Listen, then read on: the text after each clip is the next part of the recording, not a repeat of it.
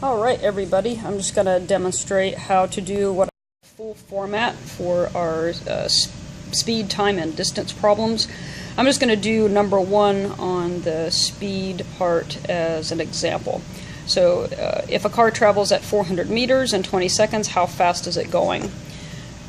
Okay, so the first thing I do is draw a diagram. So this is a particularly simple example, but I'm going to do a diagram anyway, just to orient myself to what's going on in the problem.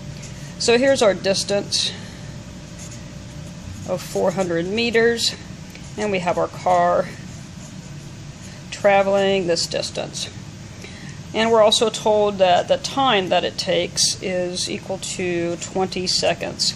Notice that I'm assigning a symbol or a variable to each of the values with units that I'm given in the problem. And now I'm looking at what the problem is asking. So how fast is it going? So then the speed is what? And a lot of times in physics we use a v to mean speed. So I'm just going to assign a symbol there with a question mark. So this is identifying the target of the problem, the target variable. Okay, then I'm going to look at my values and pick out what formula relates these three values. So we're dealing with speed and distance and time, so we're asking for the speed. So we already know a formula for speed equals distance over time. So I'm going to write the formula down, and then I'm going to plug in the numbers. So I'm going to go on to the next line on my paper and plug in the values. I've got 400 meters and 20 seconds.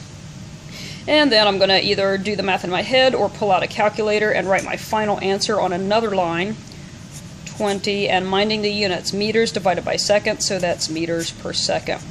And finally, I'm going to finish up my solution to this problem with a sentence that answers the original question.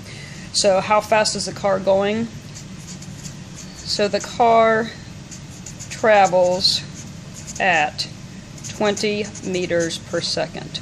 And that is the full solution. So to recap, we have a diagram, we have known values assigned to symbols that would show up in a formula, we have the target variable identified, a formula relating the known values to the target variable, and we plug in our numbers to our formula, showing the plug-in step, and then writing our answer down, and finishing with a sentence. Notice here that we have the formula and the plug-in step and the answer shown. Those are three distinct lines written on your solution. Alright, the other problems are pretty much the same level, the same steps, so good luck.